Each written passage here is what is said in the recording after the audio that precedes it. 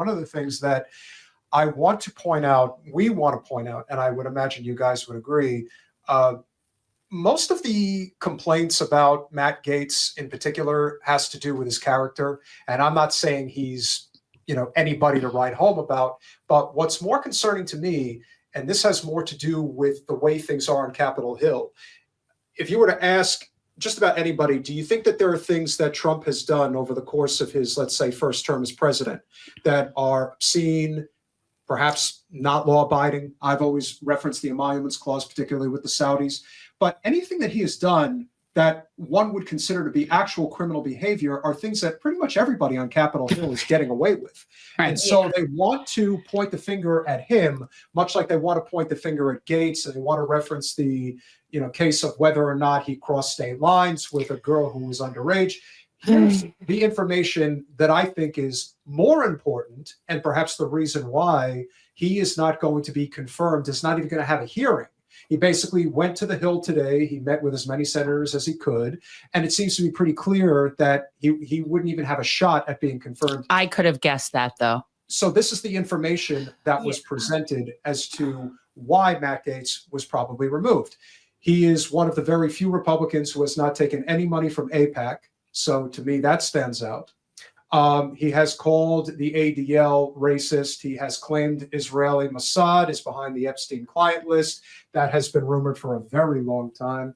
And he voted against the anti-Semitism awareness bill, which AOC voted in favor of. Ugh, it's disgusting. So when I see things like this, I'm thinking, yeah, if this is not getting talked about, then this is probably the reason, above all others, why they can't have somebody like this. And notably so, Pam Bondi is a very, very pleasant attitude towards Israel in general. And so I don't want to put it all on them, but I would love to hear your guys' thoughts as to why you think Gaetz was not even given the opportunity for confirmation. Is he simply— He was the only one then that isn't a Zionist tool out of all the other appointments. Perhaps. Yeah.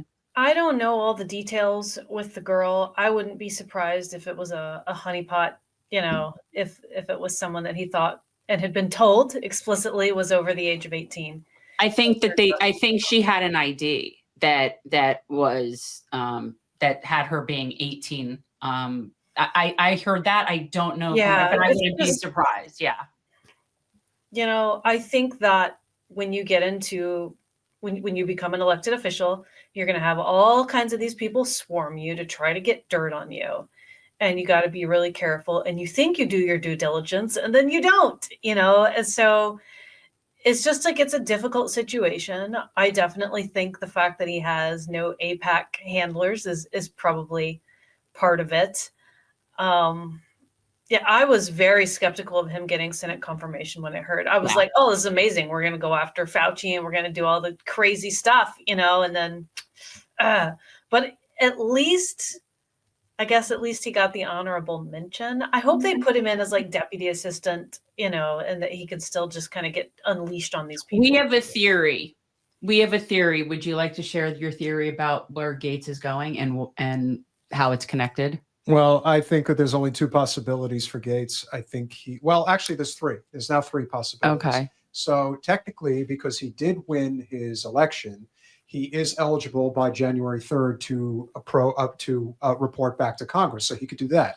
The second, of course, is he could be appointed by Governor DeSantis and replace Rubio in the Senate, which to me would probably be the best case scenario. And then the final is the biggest risk of them all, which is to run for governor in 2026. But I think it will be one of those three. I think he'll replace Rubio. I would love that. I also heard, that they were going to run Laura Trump, and that was one of the reasons Rubio got picked up. So I'm not a fan of I'm not a Jen's face. Oh my God. Jen. I like Laura Trump where she is right now as co-chair of the RNC. Personally, I am a Republican because Florida, we have to be primaries, but you'd be no party if you could be no party. 100%. I have no unkind words, but So as far as as far as what happened with Matt Gaetz, so I've done a lot of reporting and stuff on this over the last couple days, especially. But every single thing coming out about Matt Gaetz right now has been known for 3 years. Yes. There's nothing new in any of these reports, and the fact that it's being rerun as if this is something new, when in fact right now we have something that we didn't have 3 years ago, and that is the DOJ has not exonerated him, but they've refused to bring charges. Yep. Now Joel Greenberg, obviously his accomplice in all of this, he's upstate now doing 11 years for all this, and so one of two things happen here, in my opinion. One is the AIPAC money is a great point. He's not funded. He's a very he's a small dollar individual. He doesn't take huge corporate payments and all the stuff like that. So he's not desirable. He is a firebrand that was going to go into the DOJ. If you've ever watched him on the HBO documentary, The Swamp, excuse me, that basically follows him around. And I'm not going to lie, I don't typically really root for politicians. I root for Matt Gaetz. And so I was really... What's that? For sure. He's so I was upset when this happened. Now there's another thing that, and this is kind of game theory, and, this is a little out there. So I don't know if your audience is ready for this yet, but when Ron DeSantis ran for president in 2024 in the primaries, I thought it was the most boneheaded thing DeSantis could ever do, because all you had to do was sit back, finish your term as governor in 2026, and then just kind of post your way into the primary. You would have been the front runner by a landslide, and you would have, kind of slid your way into the Republican nomination for 2028. But he didn't do that. And instead he came out, and what you had was a bunch of the establishment neocon rhinos flocked to him and, Ron DeSantis. And of course that campaign went absolutely nowhere. And so he goes back to the governorship. He never resigned. They passed the law right before he ran so that he didn't have to resign. And then he goes right back to the governorship.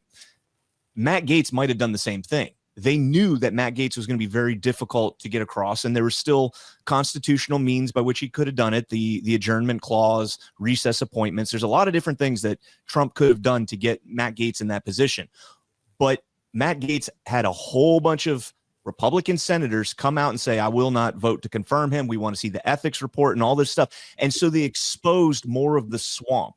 And so if Donald Trump is actually playing 4D or 5D chess here, he just got a huge advantage on his opponents in this by having them expose themselves and go against what he wanted for his next administration. So that's just my theory. It could be a little too deep, but I don't know.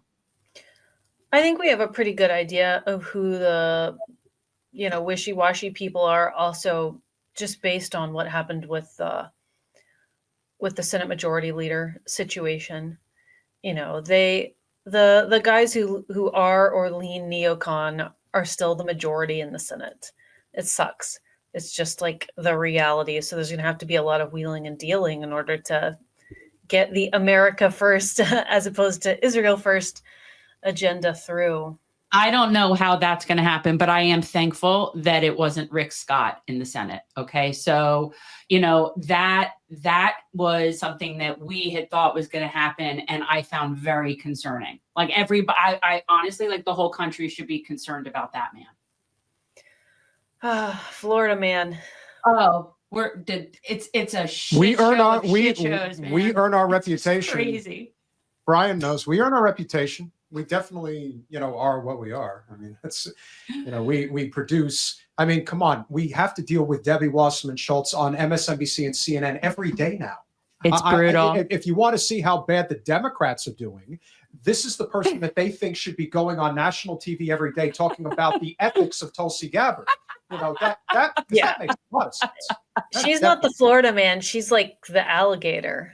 The swamp creature. It's just so swamp funny. creature, I think, is the more appropriate term. It's Snapping really like turtle, watching fish. her talking about ethics. It really is, and she's just such a satire now. She really does look like she's ridiculously creepy. Like she really looks like reptilian.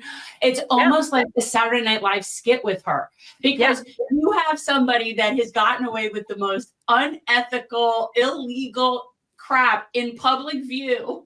Because me, it's real. Yeah. It's real. Like the creepier your behavior is, the creepier you begin to look. It's like You people who become look what you are on the inside, on the outside.